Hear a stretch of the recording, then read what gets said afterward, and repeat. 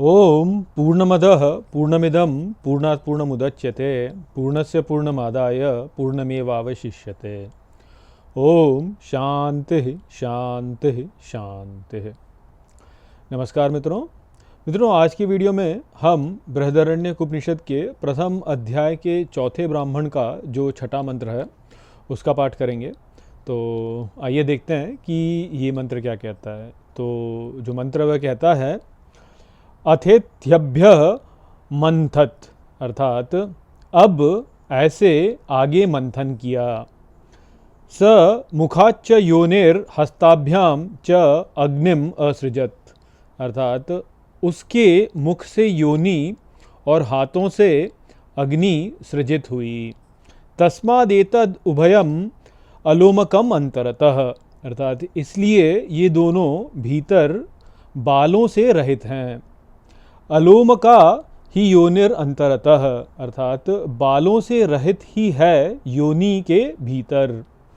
तद यदिदम आह उह, अर्थात वह जो यहाँ अ उ है। तो अभी इतने से भाग का ही पहले हम पाठ करते हैं, क्योंकि हो सकता है कि मुझे आपको ये जो बात है यहाँ पे उसको समझाने में समय लग जाए। तो पहले इतने का ही पाठ करते हैं, क्योंकि आगे जो कहा गया उसका इससे संबंध है परंतु नहीं भी है, अर्थात दोनों में थोड़ा सा बटाव है। जो विषय है उसमें थोड़ा सा परिवर्तन हो जाता है आगे। तो यहाँ पे जो बताया जा रहा है उसको यदि हम समझें तभी आगे का जो भाग है उसको अच्छे से समझ पाएंगे। और यदि मैं पूरे का अनुवाद एक साथ आपको करके बता दूं तो आपके कुछ समझ में आएगा नहीं।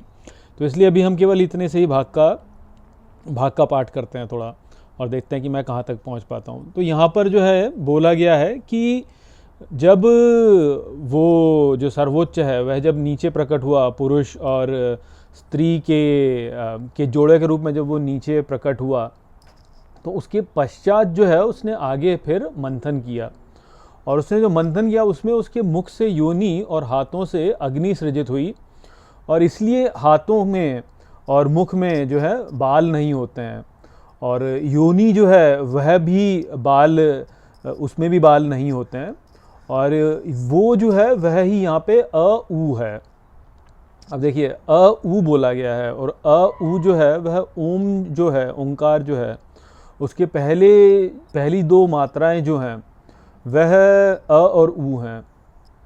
और यदि आपने मांडुक्य उपनिषद वाला वीडियो देखा हो तो मैंने वहाँ पे बहुत ही विस्तार से इस बात को समझाया है कि ये अ और उ जो है वह वास्तव में नाद के प्रतीक हैं। जो हमारे भीतर अनाहत नाद चल रहा है, वह अनाहत नाद जब एक आवृत्ति से चलता है तो वह अ के ध्वनि से रहता है।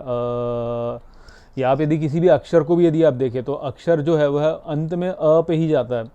जैसे क बोलेंगे तो क जो है वह का भी अंत जो है वो अ में हो जाएगा, या ख बोलेंगे तो ख का भी अंत जो है वो अ में हो जाएगा। अर्थात जितने भी अक्षर होते हैं उसका अंत जो होता है वह अ में ही होता है।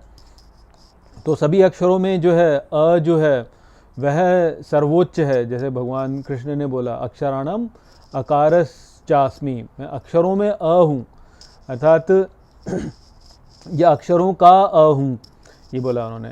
तो वही है कि सभी अक्षर का जो अंत होता है वह अ में जाके होता है। तो इस कारण से जो है जो परमात्मा है वह वास्तव में अ ही है। और वह जो है जब वह सूक्ष्म की ओर जाएगा तो उसकी आवृत्ति जो होती है, उसकी आवृत्ति धीमी होती चली जाती है, उसका दैर्घ्य बढ़ता चला जाता है। यदि आप क्वांटम मैकेनिक्स को समझते हैं तो आप ये बात, या आपने हाइजेनबर्ग्स अनसर्टेनिटी प्रिंसिपल यदि सुना हो, तो हाइजेनबर्ग्स अनसर्टेनिटी प्रिंसिपल में क्या बोला गया है कि जब हम किसी भी वस्तु का जो स्थान है उसको बहुत ही गहराई से यदि हम उसको प्राप्त कर लें, जान लें, तो अगले ही क्षण वह कहाँ पे होगा इसका हमें कोई हमारे लिए ज्ञान ही नहीं होता है। अर्थात यदि हम बहुत ही सटीकता के साथ में किसी कण के स्थान को निर्धारित कर लेते हैं तो उसका जो अगले क्षण स्थान होगा वह इस संपूर्ण ब्रह्मांड में कहीं भी हो सकता है। या यदि आप गणित को अच्छे से जानते हैं तो आपने उसमें जो है फोरियर ट्रांसफॉर्म के विषय में सुना होगा कि फोरियर ट्रांसफॉर्म में क्या होता है कि किसी भी एक फंक्शन का यदि आप फोरियर ट्रांसफॉर्म लेते हैं तो यदि वो फंक्शन जो है वो है डेल्टा है, बहुत ही छोटा है, तो उसका जो फैलाव होगा, उसका जो स्पेक्ट्रम होगा, जो उसका फैलाव होगा वह संपूर्ण ब्रह्मांड में होगा। या जैसे हमने वेव और पार्टिकल के बारे में सुना है कि हर वस्तु यहाँ पे वेव भी है और पार्टिकल भी है, तरंग भी है और कण भी है। और यदि वो जो तरंग है वो यदि फैलाव करती है तो उसका जो उसका कण होगा वो छोटे से छोटा होता चला जाएगा। जैसे किसी फाइबर ऑप्टिक केबल में जब कोई पल्स जो है जब वो चलती है तो वो फैलाव करती जाती है धीरे धीरे, उसमें फैलाव होता है धीरे धीरे। तो वो जो फैलाव है, जितना अधिक उसका फैलाव होगा उतनी ही उसकी जो सीमा होगी वह कम होगी, अर्थात उसके अंदर सारी की सारी वेव्स उसी समय पे आ जाती हैं। लेने के बात यह है कि जो पदार्थ के रूप में अति सूक्ष्म है उसका इस संपूर्ण ब्रह्मांड में व्यापकता सर्वाधिक है। कोई कण यदि अति सूक्ष्म है तो उसकी जो वेव वाली जो उसका जो वेव वाला जो नेचर है, उसकी जो तरंग वाली प्रकृति है वह संपूर्ण ब्रह्मांड में व्याप्त है। तो भगवान जो हैं वह उस प्रकार से सूक्ष्म भी हैं और विशाल से विशाल भी हैं। तो अब यहाँ पे जो हमको बताया गया है अ और उ, तो अ जो है वह हमारा नाद है, हमारे भीतर जो नाद चल रहा है। तो ये जो नाद है ये यदि एक ही फ्रीक्वेंसी पे चलेगा तो ये छोटा हो जाएगा ये बहुत। परंतु यदि इसमें सारी फ्रीक्वेंसियाँ आ जाएं तो ये जो है ये संपूर्ण ब्रह्मांड में व्याप्त हो सकता है। या इस प्रकार से हम समझ सकते हैं। देखिए जैसे कोई पार्टिकल है और कोई वेव है, तो पार्टिकल जो है वह जितना छोटा होगा उसका वेव जो होगा उतना ही बड़ा होगा। तो आप ये का जो नाद है वो यदि वो धीमा होता चला जाए, उसकी जो वेवलेंथ है वो बड़ी होती चली है तो उसकी आवृत्ति जो है वह सूक्ष्म से सूक्ष्म होती चली जाएगी।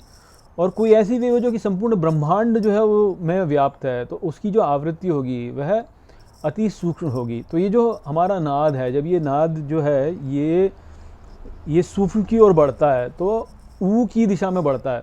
जैसे जब आप मान लीजिए आप पियानो बजा रहे हैं तो पियानो में यदि आप हायर फ्रीक्वेंसी से लोअर फ्रीक्वेंसी की ओर जाएंगे और एक ही बार ऐसे करके उस पर ऐसे स्वाइप कर दें, मान लीजिए होता है ना, उसमें कीज़ होती हैं कई सारी, आप हायर फ्रीक्वेंसी से लोअर फ्रीक्वेंसी से की की ओर यदि आप दबाएंगे तो आप देखेंगे कि आपको जो साउंड सुनाई देगी, जो आपको अक्षर की आवाज़ में सुनाई देगी वो ऊ होगी, ऊ ई ऐसे जाता है वो। इधर यदि आप करेंगे हाई पिच से लो पिच की ओर जाएंगे तो ई हो जाएगा, लो पिच से हाई पिच की ओर जाएंगे तो ऊ हो जाएगा। तो जो जितना सूक्ष्म होता जाएगा वह उतना ही ऊ की ओर बढ़ता चला जाएगा। तो अ जो है वह जब ऊ की ओर जाएगा तो वह पुरुष की ओर प्रगति कर रहा है, क्योंकि पुरुष जो है वह सूक्ष्म है और प्रकृति जो है वह स्थूल है। इसीलिए पुरुष जो होते हैं उनकी ध्वनि, उनकी जो बोलते हैं, जो उनकी ध्वनि जो होती है उसकी जो पिच होती है, जो फ्रीक्वेंसी है वो लो है उसकी, ऐसे बोलेंगे। और जो स्त्री होती है वो जब बोलती है तो उसकी जो फ्रीक्वेंसी होती है वह उसका पिच हाई होता है, यानी हाई फ्रीक्वेंसी है, ई ऐसे। तो वो क्यों है? वो एक संकेत ही है वास्तव में दिखाने के लिए कि कैसे यदि आप प्रकृति की ओर स्थूल की ओर जाएंगे तो आपकी फ्रीक्वेंसी बढ़ती चली जाएगी और आपका जो वेवलेंथ है वो छोटा होता चला जाएगा, अर्थात आपकी व्यापकता कम हो जाएगी और आपकी जो लोकलाइजेशन है, जो एक जगह पे जो है वो बढ़ जाएगा। वहीं पे यदि आपकी फ्रीक्वेंसी बढ़ जाती है, वहीं फ्रीक्वेंसी घट जाती है और वेवलेंथ बढ़ जाती है तो आपकी जो आपका व्यापकता है वह बढ़ेगी, परंतु जो सूक्ष्मता है वह कम हो जाएगी। तो दिव्यता के दो स्वरूप हैं, एक तो सूक्ष्म से सूक्ष्म, एक है व्यापक से व्यापक। तो व्यापक से व्यापक अर्थात अनंत दैर्घ्य, अनंत वेवलेंथ, और सूक्ष्म से सूक्ष्म अर्थात छोटे से छोटा पार्टिकल। तो मैंने आपको यहाँ पे संकेत दे दिया है, ये इस प्रकार से आप समझ सकते हैं इस विचार को अ उ। तो जो अ उ है वो ये है, अर्थात एक तो पुरुष है और एक स्त्री है। पुरुष जो है वह व्यापकता में है, higher pitch, lower frequency, higher wavelength में है वह, और जो स्त्री है वह lower wavelength, higher frequency, high pitch में है। और स्थूल है, वो स्थूल अधिक है, जो स्त्री है, और जो पुरुष है वह सूक्ष्म अधिक है, क्योंकि उसकी व्यापकता चारों ओर है। उसकी व्यापकता चारों ओर तो प्रकट दिखता नहीं है, जबकि जो स्त्री है वह उसकी व्यापकता चारों ओर नहीं है, तो इसलिए दिखती है। तो जो भी दृश्यमान है वास्तव में वह जो है वो प्रकृति है, वह स्त्री है, और जो उसको दृश्य को देखने वाला है वह पुरुष है, जो कि सूक्ष्म में दिखता नहीं है। तो ये जो है, ये इसी बात को जो है जो मांडुक्य उपनिषद उसमें बताया गया, उ म और फिर मौन। म अर्थात बिखराव, बिखराव अर्थात वो पूरे में फैल करके जो है वो बैठ जाता है नीचे, वो ऊ की ओर जाएगा और बैठ जाएगा। कोई भी साउंड जो है वह अंततः क्या होगा, उसमें अंततः बिखर जाएगी ना, जिसको स्कैटरिंग कहते हैं। स्कैटरिंग फिजिक्स में जो कॉन्सेप्ट है वो है स्कैटरिंग, कि जब आप किसी एक आवृत्ति की जो तरंग है उसको यदि आप किसी भी माध्यम से चलाते हैं तो धीरे धीरे उसके अंदर नई नई आवृत्तियाँ होती जाती हैं और वो बैठ जाता है नीचे। वो एक, यहाँ पे ऐसे सोच सकते हैं तलवार की धार है, तलवार की धार बहुत पैनी होती है, परंतु उसका उपयोग करेंगे तो वह मोटी हो जाती है, क्योंकि फैलाव हो गया, तो फैलाव हो गया उसका। तो इस प्रकार से वास्तव में होता है यहाँ पे, कुछ भी जो भी कुछ यहाँ पे है वह अस्तित्व में आता है, उत्कर्ष करता है और बिखर जाता है, आता है, उत्कर्ष करता है, बिखर जाता है। तो वो है, वो ओम है। तो उसमें उ जो है उसको यहाँ पे इस प्रकार से बताया गया।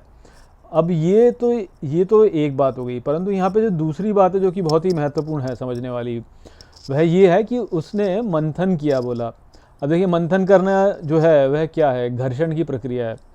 तो घर्षण की प्रक्रिया है मंथन, और कोई भी स्कैटरिंग जो होती है, जो स्कैटर होता है वह मंथन में ही होता है, एक प्रकार से देखा जाए तो। जैसे मैंने आपको तलवार की धार का उदाहरण दिया कि तलवार की धार जब आप चलाते हैं, उसे मारते हैं, तो तलवार की धार जो है उसके उपयोग से जो है वह मोटी हो जाती है, उसकी जो तीखापन उसका जो होता है वह नष्ट हो जाता है। तो एक प्रकार का मंथन ही है ना। जैसे आप तलवार को यदि आप धार को जो है किसी पर रगड़ें, जो एकदम पैना भाग है उसका, ये पैना भाग है, इसको यदि आप रगड़ें तो क्या होगा, घर्षण से जो है वह जो है वह धीरे धीरे मोटा हो जाएगा, या वो स्मूथ हो जाएगा, जैसे आप कहते हैं स्मूथ होने लगेगा। तो मंथन की प्रक्रिया वही ही है, और ये संपूर्ण विश्व जो है, संपूर्ण संसार जो है वास्तव में एक प्रकार का मंथन ही है। ये मंथन ही है वास्तव में, घर्षण ही है ये, एक दूसरे में घर्षण, एक दूसरे में प्रक्रिया, एक दूसरे में प्रक्रिया। और जो मैंने आपको बताया कि कोई वेव प्रोपोगेशन किसी मीडियम के द्वारा, जैसे प्रकाश यदि किसी मीडियम के द्वारा चलता है, या कोई भी वेव यदि किसी मीडियम में यदि चलती है, तो वह स्कैटर करती ही है, उसमें घर्षण होता ही है, नई फ्रीक्वेंसी उसमें आती ही जाती हैं, नई फ्रीक्वेंसीज जनित हो जाती हैं। तो वो पैनी धार थी, एक वेवलेंथ थी, परंतु जब वो किसी मीडियम के द्वारा चलेगी तो वह फैल जाएगी, उसमें नई तरंगें आ जाएंगी उसमें।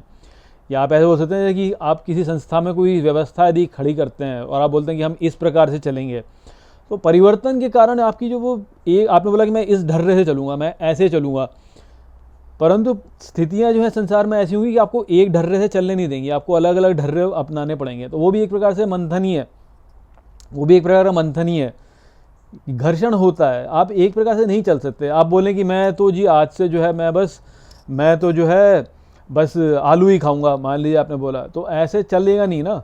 आपने कोई एक नियम पकड़ लिया, बोलेंगे मैं तो यही करूँगा, तो वो हो नहीं सकता है संसार में। ऐसा करेंगे तो कोई ऐसी परिस्थिति उड़ जाएगी कि आपको जो है उसके विरुद्ध जाना पड़ जाएगा। आपने बोला कि मैं तो जो लिटरली सत्य है वही बोलूँगा बस, तो आप देखेंगे कि आपका जीवन नहीं चल सकता लिटरल सत्य बोलने में। आपको जो है, और ये बात आगे बताई जाएगी, ये लिटरल सत्य और सत्य क्या है वास्तव में सत्य क्या है वो बताया जाएगा आगे, इसी अध्याय में, इसी ब्राह्मण में बताया जाएगा, पर आगे बताया जाएगा। तो बात सारी ये कि हम किसी एक चीज़ को लेकर के चल नहीं सकते, घर्षण तो होता ही है। तो ये संसार है, ये मंथन ही है वास्तव में। तो जो उ है और फिर उ जब घर्षण करेगा तो क्या होगा, उ म हो जाएगा। तो ही है जो आपका अस्तित्व है। इसीलिए अस्थि शब्द जो है, अस्थि शब्द में जो है अस्ति है, स्ति अर्थात आधार, खड़ा होना, और जो है वो पर आधारित है अस्तित्व। और भगवान ही है, हम जैसे जान चुके हैं, गीता में श्री कृष्ण ही कहते हैं कि अक्षराणाम अकारस अस्मि में, अक्षरों का मैं अ हूँ। तो अ जो है वह जब उत्कर्ष करता है तो उत्कर्ष करेगा, परंतु उत्कर्ष करने के साथ साथ में घर्षण भी होगा, तो मकार आ जाएगा, और मकार आएगा तो ओम हो जाएगा। वह ही ओम है, वास्तव में वह ही ओम है। तो उस विषय में बताया जा रहा है यहाँ पे कि उसने मंथन किया, तो वो जो मंथन की प्रक्रिया वही चले जा रही है, वास्तव में वही चले जा रही है यहाँ पे आगे। तो अब ये मंथन की जो प्रक्रिया है, इसमें क्या होता है, इसमें घर्षण होता है। तो इसीलिए आगे बताया कि उसने हाथों से, तो जो है हाथों से उसने जो है अग्नि को सृजित किया, और उसके मुख से जो है वो योनि प्रकट हुई। और हाथों से अग्नि को सृजित किया, तो मंथन जो है वह करने के लिए जो है हाथों की आवश्यकता होती है। हाथों से मंथन किया, और हम मुंह से क्या करते हैं, मुंह से तो हम बोलते हैं वास्तव में। और जब बोलते हैं तो बोलने से ध्वनि उत्पन्न होती है, और ध्वनि जो उत्पन्न होती है वह भी वास्तव में एक प्रकार का घर्षण ही है, वह भी एक प्रकार का मंथन ही है ना। और योनि जो है वह भी मंथन से ही होता है। अब आप देख लीजिए कि जो प्रजनन की प्रक्रिया है उसमें क्या होता है, पुरुष और स्त्री के बीच में जो जो क्रिया होती है वह घर्षण की क्रिया ही तो है, तो वह भी मंथन है वास्तव में। तो वो वाली बात है जो कि यहाँ बताई जा रही है। और ये बालों से रहित है, तो बालों से रहित। अब देखिए, जहाँ भी बाल होते हैं आपके शरीर में, जहाँ पे भी कोई घर्षण होता है तो वहाँ से बाल जो हैं वहाँ पे बाल नहीं होते हैं वास्तव में। तो बाल, घर्षण में बाल लगना जो है वह, समझ रहे हैं आप, यदि आप किसी जगह पे रगड़ते रहेंगे, आपके शरीर का किसी एक सा भाग है जिसको आप रगड़ते रहें, तो वहाँ पे जो है बाल नहीं उगेंगे, बाल उगने समाप्त हो जाएंगे। ये जैसे इस धरती पर भी आप देखिए, जब आप चलते हैं तो जब आप जहाँ जहाँ आप चलते हैं वहाँ पे घास नहीं उगती, बाकी जगहों पे घास उग जाती है, औषधि वनस्पति उग जाती है। तो बोला ना कि औषधि वनस्पति ही बाल हैं वास्तव में उसके। यदि आपने ऐतरेय उपनिषद वाला वीडियो देखा हो तो उसमें बताया गया था कि औषधि वनस्पति उसके बाल हैं। तो जहाँ पे आप चलते हैं वहाँ पे जो है बाल, वहाँ पे औषधि वनस्पति नहीं उगती। क्यों? क्योंकि वहाँ पे घर्षण हो रहा है, एक प्रकार का मंथन हो रहा है, वहाँ पे चलने का मंथन हो रहा है। तो हमारे शरीर में मंथन वाले जो स्थान हैं वहाँ पर बाल नहीं उगते हैं। तो मंथन के स्थान यहाँ बता दिए 3, एक तो बताया मुंह, एक बताया हाथ, एक बताया योनि। तो मुंह, हाथ और योनि जो है वह मंथन वाले भाग हैं वास्तव में। तो हाथों से तो हम क्रिया करते हैं, मुख से हम बोलते हैं, और योनि से जो है हम आनंद को अनुभव करते हैं। तो ये मंथन वाले ही भाग हैं। और आप ये भी सोचिए कि जैसे यौन क्रियाओं में, जो यौन क्रिया तो है ही, परंतु उसके साथ में जो हस्तमैथुन होता है, या और जो एक और होता है प्रक्रिया होती है जिसका मुझे अच्छा शब्द यहाँ पे पता नहीं चल रहा है, तो वो जो है वो मुंह या हाथ के द्वारा ही होता है वास्तव में। तो जो ये जो यौन की जो भावनाएं हैं, ये यौन प्रक्रिया जो है, इसको हल्के में मत लीजिए, वास्तव में इनका बड़ा महत्व है। भगवान की प्राप्ति में इनका बहुत बड़ा महत्व है। और अधिकांश लोग जो हैं इनसे कतराते हैं, इस विषय में जाना नहीं चाहते, और इस कारण से जो है बहुत सारी बातें स्पष्ट नहीं हो पाती हैं। परंतु मैं आपको यही बता दूं कि यदि आपको भगवत प्राप्ति करनी है तो इनसे सहज होना बहुत ही महत्वपूर्ण है। यौन प्रक्रिया से सहज होना बहुत ही महत्वपूर्ण है। परंतु होता यही है कि जो लोग ये सब बोलते हैं और समझाने का प्रयास करते हैं, उनको जो है समाज जो है अलग ही कर देता है। अब मैं अपने आप को बहुत ही सौभाग्यशाली मानता हूँ कि मेरे चैनल, मेरे वीडियोस पर, मेरे जो वीडियो पर उतने व्यूज़ नहीं आते हैं, इस कारण से मैं खुल करके बोल सकता हूँ कुछ भी यहाँ पे। यदि व्यूज़ आया करते तो मैं भी खुल करके नहीं बोल पाता, इन चीज़ों को नहीं बोल पाता खुल करके, क्योंकि ये जो विचार हैं ये हर किसी के समझने वाले विचार नहीं है। ऐसा नहीं है कि ये आप सामान्य जनता को आप ये विचार समझाएं और उनको समझ में भी आ जाएं और उसका कोई प्रभाव ना पड़े, ऐसा होगा नहीं। अभी हम ये आगे के जो मंत्र हैं उनमें हम इन बातों को समझेंगे कि समाज का निर्माण कैसे होता है और क्यों ये सब कुछ होता है। परंतु क्योंकि आप लोगों में बहुत धैर्य है कि आप मेरे ये सारे वीडियोस झेलते हैं, तो इसलिए आपके सामने खुलकर मैं बोल सकता हूँ।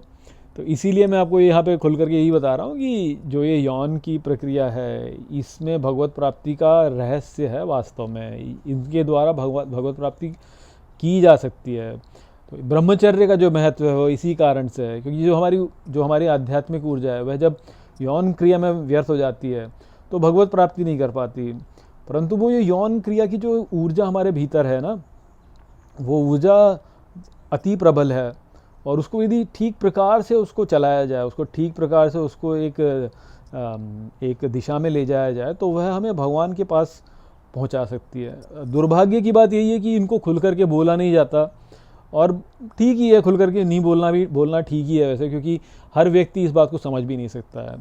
अब आप ये बोलो कि हर व्यक्ति में ये सारी बातें बोल रहे हैं और हर व्यक्ति समझ जाए। अब जैसे पिछले वीडियोस थे उसमें पुरुष और प्रकृति के बीच का भेद बताया, और मैंने आपको समझाया था कि इस प्रकार से कि पुरुष में ही प्रकृति, हर व्यक्ति में पुरुष और स्त्री दोनों ही हैं। तो अब ये जो है ये एक प्रकार से तो ट्रांसजेंडरिज्म में आ जाता है, और ट्रांसजेंडरिज्म को आप देख लीजिए कितना कंट्रोवर्शियल है वो विषय। लोग उस विषय पर बात नहीं करना चाहते, झगड़ा करते हैं, एक दूसरे से ऊटपटांग बातें करते हैं। कोई पुरुष यदि स्त्री के वस्त्रों को पहन ले तो उसका उपहास किया जाता है। कोई स्त्री यदि पुरुष की तरह से व्यवहार करने लगे तो बोलते हैं कि ये तो जो स्त्री है ये तो बिगड़ गई, ये तो जो है अब बेकार हो गई। तो इस प्रकार की क्रिया होती हैं। और ठीक है, ऐसे ही जो है ये यौन क्रियाओं के बारे में भी है कि यौन क्रिया से सहज होना महत्वपूर्ण है। अभी एक बोलो तो लोग समझेंगे नहीं बात को, और लोग इसको उल्टा ही अर्थ निकाल लेंगे। ट्रांसजेंडरिज्म के बारे में भी वही है कि ठीक से बोलो तो लोग उसका उल्टा ही अर्थ निकाल लेंगे। परंतु यहाँ पे जो सूक्ष्म संदेश बताया जा रहा है वो यही है कि जब पुरुष और स्त्री के रूप में जब वो गिरा नीचे, तो पुरुष और स्त्री के मिलन का जो मंथन है वह मंथन बहुत महत्वपूर्ण है। वो जो मिलन है, वो जो मैथुन है, उसके द्वारा ही भगवत प्राप्ति की जा सकती है। यदि उस ऊर्जा को, वह मूल ऊर्जा है वास्तव में, अभी इसी मंत्र में आगे बताया जाएगा, तो मूल ऊर्जा है वो उसी मूल ऊर्जा है जिसको यदि ठीक प्रकार से उसका उपयोग किया जाए तो वो आपको भगवत प्राप्ति करा सकती है। इसीलिए ब्रह्मचर्य का बहुत बड़ा महत्व है, ब्रह्मचर्य का बहुत बड़ा महत्व है इसलिए। परंतु लोग ब्रह्मचर्य को इस प्रकार से सोचते हैं कि मैं जो है अपना दमन करके ब्रह्मचर्य को करूँ, तो वो दमन करके ब्रह्मचर्य के द्वारा तो वह बात बनेगी नहीं।